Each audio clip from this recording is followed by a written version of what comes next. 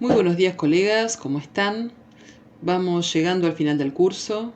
Muy lindo tiempo compartido con ustedes. Es un gusto para nosotras que nos acompañen en la tarea de seguir formándonos.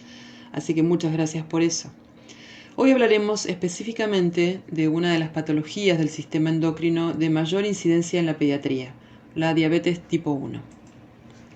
La diabetes mellitus es una deficiencia relativa o absoluta de secreción de insulina, productora de ajustes metabólicos en todo el organismo.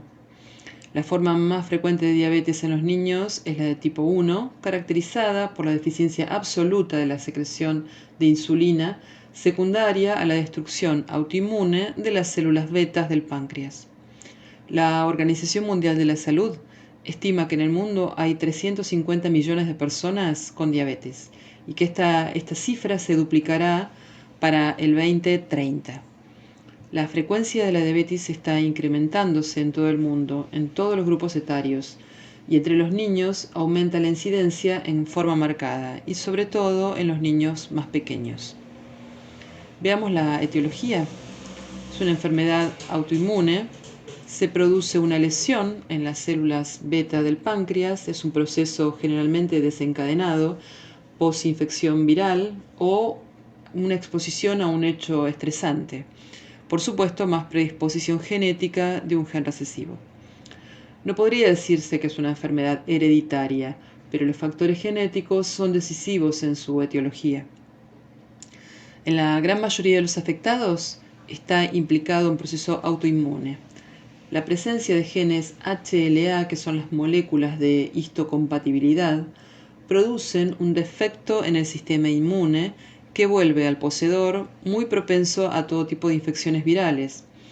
En estas personas, el virus entonces invade las células beta e inicia un proceso autoinmune que las destruye progresivamente. Y sin estas células no se puede producir la insulina.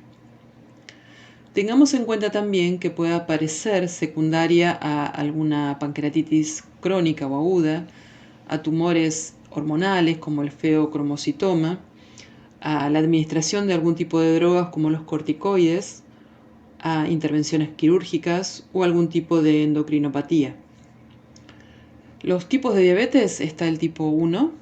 El tipo 1 es caracterizado por el catabolismo y desarrollo de cetosis en ausencia de un tratamiento de reposición de insulina. Su aparición típica se da en la infancia y alcanza mayor frecuencia a principios de la adolescencia. El tipo 2 es no insulino dependiente y se produce una resistencia a la acción de la insulina y una defectuosa secreción de esta, pero sigue secretando. Aparece después de los 40 años y es en general heterogénea. Las personas afectadas pueden requerir o no dosis de insulina, pueden manejarse con dietas o con ejercicios o con algún hipoglucemiante oral. Para comprender la fisiopatología, recordemos la anatomía y la función del páncreas. El páncreas es un pequeño órgano, tiene una formita alargada y está situado en la cavidad abdominal, inmediatamente por detrás del estómago.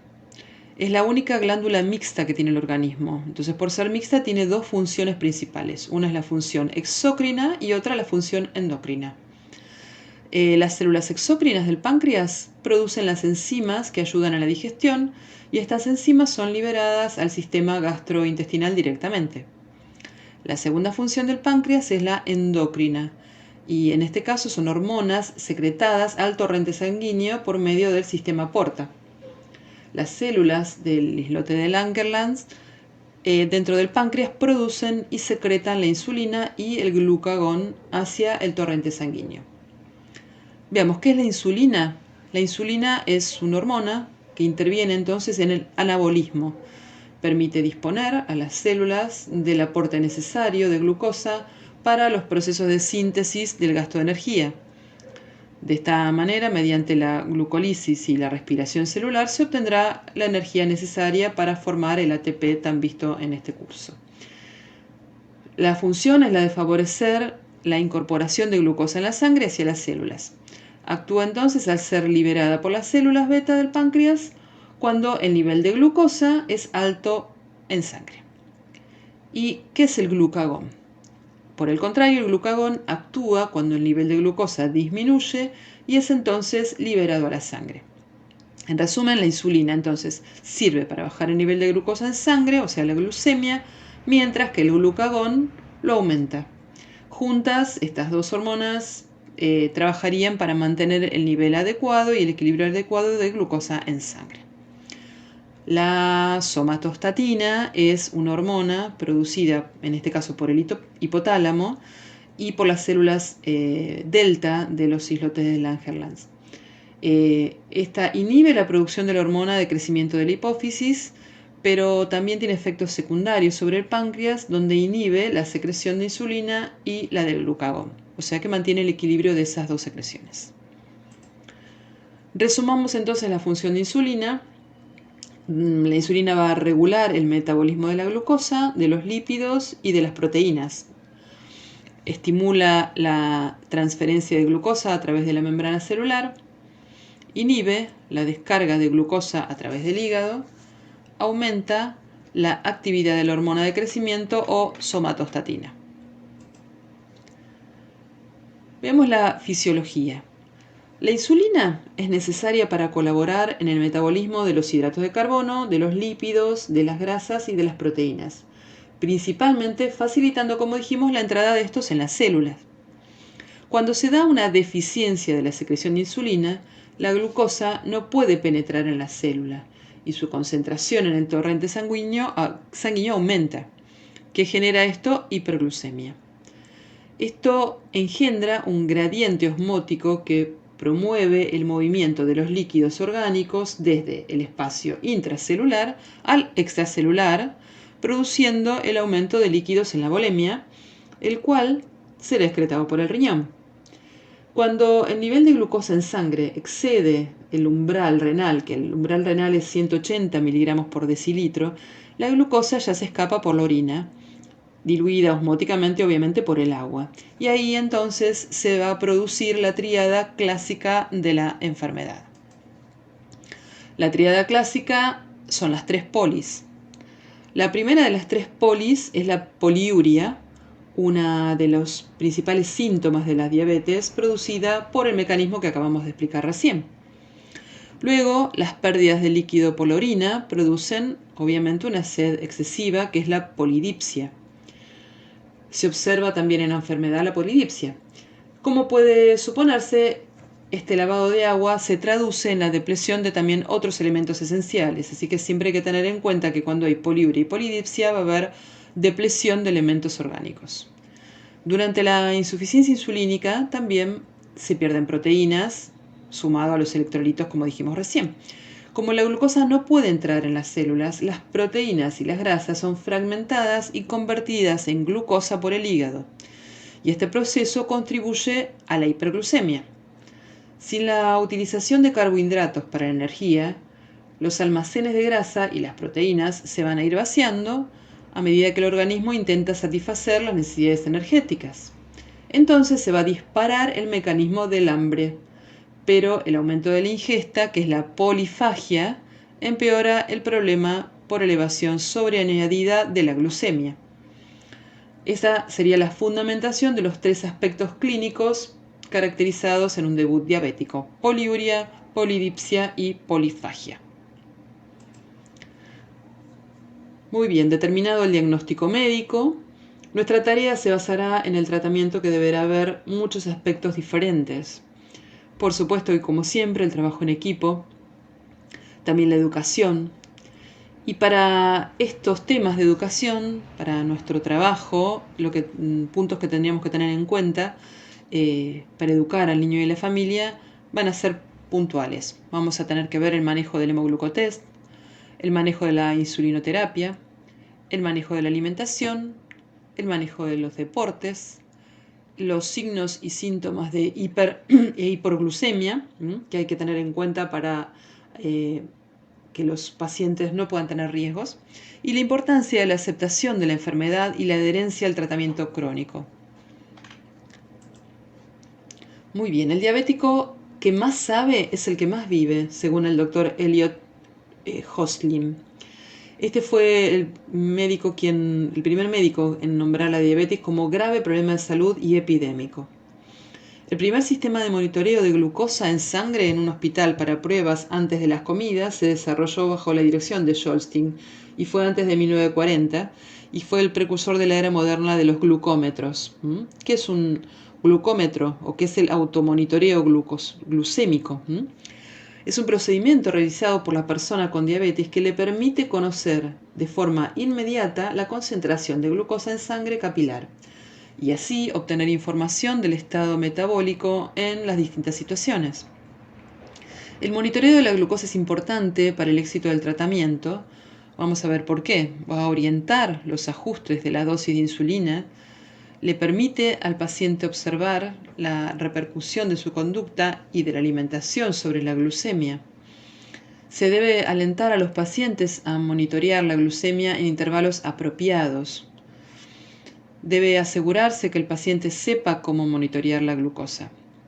El aspecto más importante del autocontrol es que los pacientes utilicen los resultados para después usar la práctica de la insulina. Y siempre debemos prevenir el dolor, analizar lugares de punción con los que se realizan y prevenir infecciones. Vamos a ver los tipos de monitores. Tenemos los reflectómetros que miden la luz reflejada desde el reactivo después que ha experimentado una reacción química, que es la oxidación enzimática de la glucosa. En la reacción se produce un producto cromático y la intensidad del color es proporcional a la cantidad de glucosa presente. Otro tipo es el biosensor, que mide la corriente eléctrica producida por la sangre presente en el reactivo. Esta corriente se genera también por la oxidación de la glucosa. También existen otros métodos específicos como el Holter glucémico o la monitorización flash de glucosa, pero son elementos que no vamos a encontrar, digamos, en un hospital. En los monitores hospitalarios debemos tener en cuenta para no cometer errores de medición determinadas cosas como ser. La tira reactiva no tiene que estar dañada o mal colocada porque eso puede producir un error. La glucemia extremadamente alta va a producir un error también en la medición. Una gota de sangre que sea insuficiente puede producir un error en la medición. La gota de sangre aplicada antes de que el aparato te dé la señal para colocarla. La tira reactiva usada, hay que tener en cuenta eso también, va a dar un fallo electrónico. La temperatura inadecuada para el sistema, algo que esté demasiado sobrecalentado o frío, que esté la pila agotada, o ajustes en la fecha y hora incorrectos. Son todos temas que hay que tener en cuenta antes de hacer la medición para no cometer errores, porque imagínense que un error en la medición puede ser catastrófico realmente. Bien, las punciones para obtener la gota de sangre serán siempre con el portalancetas que tenemos dibujado acá, nunca con una lanceta directa. El portalanceta nos permite regular la profundidad de la punción y con la velocidad que se eyecta no genera dolor. La región a punzar será la región tenar o la región hipotenar. Y en el paciente pediátrico generalmente se usan más los pulpejos de los dedos, ya sea el mayor, el anular o el meñique. Siempre se realiza el control guiado por el niño y su familia hacia la autonomía del autocontrol y por supuesto la emancipación. Eso es el objetivo al cual tenemos que llegar. Vamos a dar algunos consejos. Para aumentar el flujo de sangre se puede poner en agua caliente, en agua tibia, por supuesto, unos segundos antes de la punción la mano para tener los capilares más abiertos. En las zonas del pulpejo del dedo se obtendrá más flujo de sangre que en el área tenar o hipotenar. Se deberá punzar el área del pulpejo lateral siempre en ambos lados, nunca el área central, pues en el área central pasan las terminaciones nerviosas, al igual que en el medio de la palma de la mano. Luego de la punción, dejar llenar de sangre toda la zona del capilar y recién luego de eso realizar una leve compresión si no salió la gota para obtener una gota fluida. Utilizar el dispositivo para lancetas con profundidad ajustable, iniciando siempre por la profundidad menor.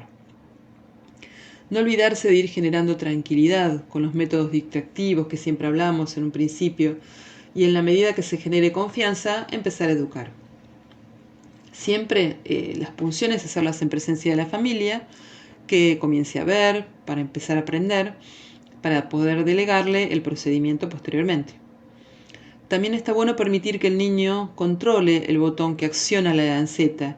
Eso podrá ayudar a minimizar el miedo y dar confianza, porque él entonces elige en el momento de realizar la punción. Y cuando realmente no duela, va a empezar a tener más seguridad sobre el procedimiento. En relación a la insulinoterapia, ¿cuál será la planificación de cuidados? ¿Cuál será la planificación de intervenciones para la enseñanza adecuada? Hagamos una lista de los problemas que serán reales o potenciales a los que debemos mirar para lograr un adecuado proceso de atención enfermero. La prevención del dolor. Como siempre, no sembrar idea del dolor, recordando que también las sensaciones de dolor son emocionales. La práctica de las zonas donde es mejor aplicar la insulina.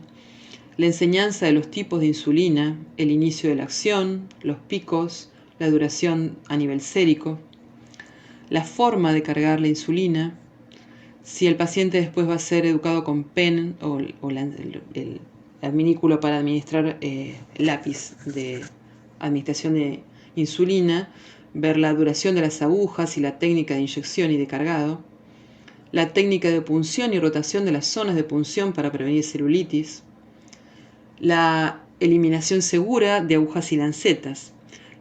Pensemos que hay un creciente número de personas que reciben cuidados domiciliarios. Hace todo esto que aumenten los desechos también médicos.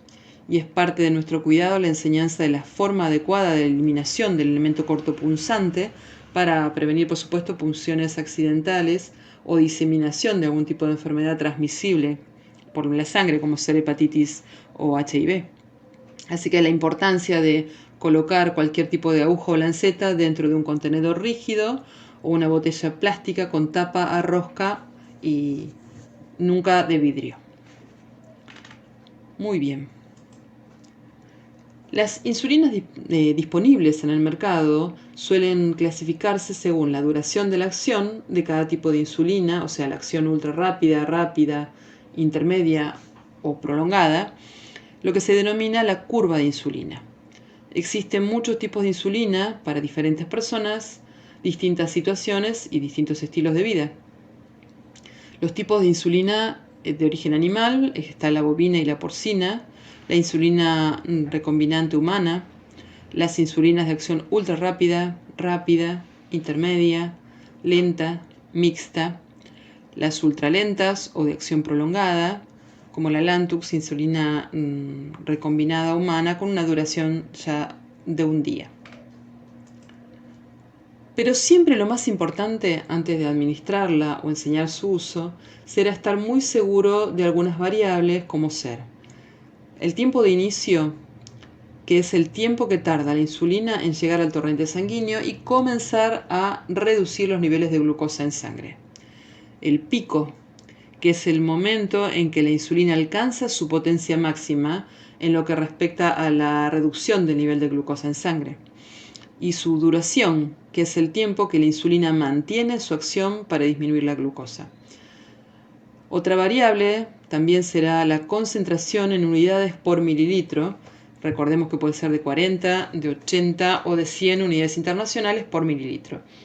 Es un desafío y cambio de la farmacología constante, así que es algo que permanentemente nos vamos a tener que ir con un paciente diabético ayornando, ¿sí? La insulina destinada a cubrir las necesidades constantes suele denominarse insulina basal, mientras que la insulina inyectada para reducir los picos de hiperglucemia se llamará bolo o corrección. Es muy importante también ajustar bien las dosis y el tipo de insulina con la ingesta de alimentos y con la práctica de ejercicios para evitar hipoglucemias u otro tipo de descompensaciones. ¿Cómo debemos conservar la insulina? Debe guardarse en la heladera, en uno de los estantes intermedios, nunca rozando las paredes para evitar que se congele. La insulina de pen o lapicera o vial en uso de temperatura ambiente también puede estar durante un máximo de un mes tras el primer uso, siempre y cuando no esté caducada, obviamente, ¿no? La insulina que no ha sido abierta se debe guardar en la heladera en zona que no exista riesgo de congelación, como dijimos. Evitar guardar la insulina en lugares con temperaturas extremas, ya sea de frío o de calor también. Asegurarse de verificar la fecha de caducidad y que tenga aspecto normal antes de ser administrada. Para la administración en tejido subcutáneo siempre debemos tener en cuenta la estructura de la piel, recordar que está externo la dermis y entre ella y el músculo tendremos el tejido subcutáneo o hipodermis, que es el principal depósito de grasa y agua y es a donde deberemos inyectar las dosis de insulina. El espesor de la hipodermis o tejido subcutáneo va a depender del sitio anatómico. Hay lugares donde hay más grasa que menos grasa y otros lados donde hay menos grasa. El índice de masa corporal, el género y la edad. Veamos cuáles son los cuidados en la zona de inyección. El paciente debe autoexaminar la zona y punto de inyección antes de inyectarse siempre. Eso ya hay que empezar a enseñárselo de entrada. Y la insulina debe ser inyectada correctamente y realizar rotaciones en el lugar de los pinchazos. Veamos entonces las rotaciones de sitio de inyección y las recomendaciones. Desde el principio se deben enseñar esquemas de rotación fáciles de ejecutar y de recordar. Debemos dividir el abdomen en 4 partes y los brazos, nalgas, muslos en 2, utilizando una zona por semana y rotando en cada zona en el sentido de la aguja del reloj. Las inyecciones se aplican en zona limpia y con manos limpias. Normalmente, en condiciones óptimas de higiene y fuera del ámbito hospitalario, no suele ser necesaria la desinfección previa a la inyección de insulina. La insulina humana regular soluble debe aplicarse en abdomen, ya que la absorción de esta es mucho más rápida. La mezcla de insulina regular y NPH deberá aplicarse en el abdomen por la mañana para incrementar la velocidad de absorción de la lenta y evitar posibles picos de glucemia que puedan darse tras del desayuno. Cuando la mezcla contenga insulina NPH, deberá administrarse en el muslo o nalgas por la tarde, ya que estas zonas de absorción más lenta disminuyen el riesgo de hipoglucemia nocturna. Hasta la pubertad, el patrón del tejido subcutáneo en ambos sexos es igual. Después las niñas ganamos tejido adiposo y los niños se disminuye ligeramente. Por eso los varones tienen más riesgo de sufrir inyecciones intramusculares que generan una alteración importante debido a la rapidez de su absorción. Niños y adolescentes deben usar agujas cortas, de 4, 5 o 6 milímetros, y utilizar la técnica de pellizco en cada inyección. Se puede utilizar ángulo de 45 grados con aguja de 6 milímetros en lugar de pellizco. Observemos que el pellizco correcto es el que sujeta el tejido subcutáneo, pero no llega a sujetar el músculo, que deberá quedar plano por debajo. Miren la filmina. El pellizco no debe doler ni dejar hematomas y desde el comienzo deberemos explicar la técnica correcta del pellizco porque va a ser muy importante en todo el proceso de la enfermedad, en toda la vida del paciente. Si el niño solo dispone de agujas de 8 milímetros, en el caso de las subcutáneas, con jeringa subcutánea, se utilizará entonces siempre el pellizco y el ángulo de 45 grados. Y en los brazos siempre se recomienda usar el pellizco para minimizar el riesgo de colocar la inyección intramuscular. Existe evidencia que aguja más corta es más segura y mejor tolerada. Veamos las recomendaciones en el proceso de inyección con jeringa y aguja. Cuando cargamos la insulina, se ha de inyectar primero aire equivalente a la dosis en el vial para facilitar la salida de la insulina. Si vemos burbujas en la jeringa, deberemos dar golpecitos para llevar las burbujas a la superficie e eliminarlas presionando el émbolo. Al administrar la insulina con jeringa y aguja, Al contrario que con las lapiceras, no es necesario esperar 10 segundos después de haber presionado el émbolo completamente luego de la aplicación de la inyección. Las agujas de las jeringas son de un solo uso. ¿Es posible administrar 2 tipos de insulina en una sola inyección, según las necesidades de cada persona?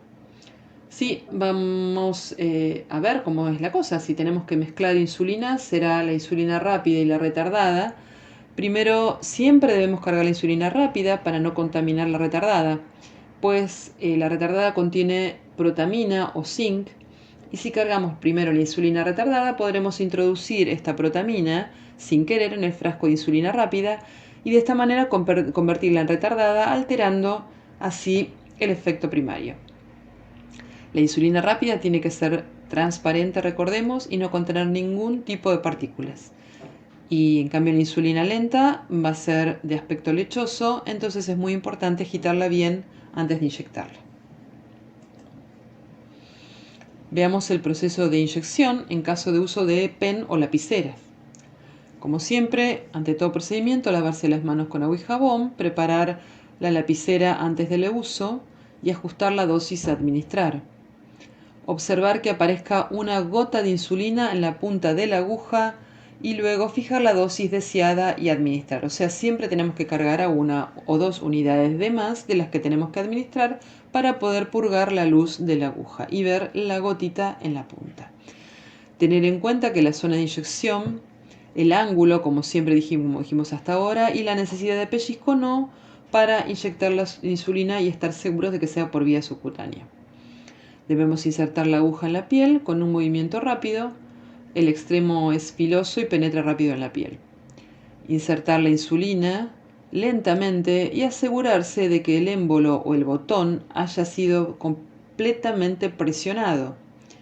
Después de la inyección debemos contar hasta 10 antes de retirar la aguja y también recordar que con dosis elevadas es necesario contar hasta más de 10 para estar muy seguros de que toda la insulina ingresó en el tejido subcutáneo. Presionar con algodón limpio al retirar el vial, la aguja con el pen. No masajear la zona de inyección, ni antes ni después, ya que esto acelera la absorción. Recordar también que las agujas deben desecharse inmediatamente después de su uso y no dejarlas fijadas en la lapicera. Esto prevendría la entrada de aire en el cartucho, así como una fuga de medicación que puede alterar entonces la precisión de las siguientes dosis. Las lapiceras y los cartuchos son para uso exclusivo de un paciente y no se comparten, ya que en él pueden circular algún tipo de material biológico que puede transmitir cualquier tipo de infección. Y recordar también que las agujas se deben utilizar también una sola vez. ¿Cuál es nuestro rol como enfermeros en relación a la alimentación? Ya que estuvimos viendo entonces los otros tipos de roles que teníamos que tener en la administración de insulina o en la medición. Entonces, a nivel alimentación, ¿cuál es nuestro rol como enfermeros? Debemos ayudar a desarrollar y conservar hábitos alimentarios, orientar en cómo se influye una alimentación adecuada en una pérdida de salud. Veamos el método del plato. La American Diabetes Association, que es una asociación estadounidense de la diabetes, ofrece un método sencillo para planificar las comidas. Es el método de la T. En esencia se centra en comer más verduras. Enseñar a seguir estos pasos cuando se debe organizar un plato es, por ejemplo, llenar la mitad del plato con verduras sin almidón, como espinacas, zanahorias, tomates. Llenar un cuarto del plato con una proteína, como ser pescado, cerdo, pollo, carne roja. Llenar el último cuarto con un artículo en grano, por ejemplo arroz integral o una verdura con almidón. Incluir también grasas buenas, como ser las nueces, maní, las paltas, todo en pequeñas cantidades en todo el plato. Y agregar una porción de fruta o de lácteos o una bebida también sin azúcar, obviamente. Recordemos siempre que la nutrición es tan vital para todos los aspectos de la salud que el personal de enfermería tiene que dirigir siempre su labor educativa a ayudar a desarrollar buenas costumbres dietéticas. Debe tener en cuenta la herencia también cultural de los pacientes y que muchos tienen normas alimentarias específicas. Los patrones de alimentación aprendidos en casa tienen gran influencia en los hábitos en que el niño conserva en su vida general. Y los hábitos alimentarios se aprenden y el atractivo de una comida y el ambiente en el que se sirve también contribuyen a que la persona disfrute del alimento y lo estimula a comer y a comer bien. Podríamos decir que la dieta para la diabetes es igual a un plan de alimentación saludable. De hecho, una dieta para pacientes con diabetes es el mejor plan de alimentación para casi todas las personas. Debemos acompañar en la búsqueda de datos también que ayuden al paciente y a su familia a justamente familiarizarse con el tema. Contactarlo con redes sociales, temas en la televisión, links, materiales de lectura que hagan ingresar en la conciencia la alimentación específica, saludable y adecuada para la necesidad del niño. ¿Qué importancia tiene la actividad física para las personas con diabetes? El ejercicio físico constituye uno de los pilares también fundamentales para el tratamiento de la diabetes, como dijimos, junto con la alimentación, el tratamiento farmacológico y la educación sanitaria. El deporte es una actividad muy recomendable para todos, pero especialmente útil para las personas con diabetes. Ahora bien, debe realizarse en forma controlada, prestando especial atención en los momentos de complicaciones o descontrol de la enfermedad. Es necesario controlar todos los factores que pueden influir en la glucemia, especialmente la dieta y la medicación, y por supuesto adaptarlos a la actividad física que va a realizar. ¿Qué beneficios aporta el ejercicio a la persona con diabetes? Ayuda a mejorar el control de la diabetes, favorece la pérdida de peso debido al consumo de grasas de parte del músculo en la actividad, mejora la elasticidad muscular, reduce la incidencia de enfermedades cardiovasculares. Los ejercicios supervisados mejoran el control glucémico y reducen la necesidad de fármacos orales o insulina, además de promover una cierta pérdida de peso sostenida. Tiene evidentes beneficios psíquicos, haciendo que la persona se sienta mejor, y reduce el riesgo de padecer osteoporosis, un problema que todos los diabéticos presentan también. Veamos citas del doctor Joel Sling que me parecieron interesantes. La que dijimos antes, el diabético que más sabe, vive más. Es mejor hablar de lo lejos que ha caminado y luego de lo poco que ha comido. Una enfermero, bien capacitada es más valiosa que los médicos del paciente. Solo podemos rascar uno a la vez, pero podemos enseñar a muchos pacientes juntos y es probable que cada uno enseñe al otro. La persona con diabetes necesita desarrollar su carácter tanto como su cuerpo. La responsabilidad personal por su propio bienestar y el de su familia siempre debe cultivarse en primer plano. Aprende como si tuvieras que aprender para siempre y vive como si murieras mañana. Muy bien, colegas. Creo que ha sido cortito y al pie la charla. Espero que les sirva y recuerden que permanentemente si tienen un paciente diabético van a tener que ayornarse, pero esta charla les puede dar una noción general del problema. Muchísimas gracias y les deseo que sigan muy bien. Nos vemos en la próxima. Hasta luego.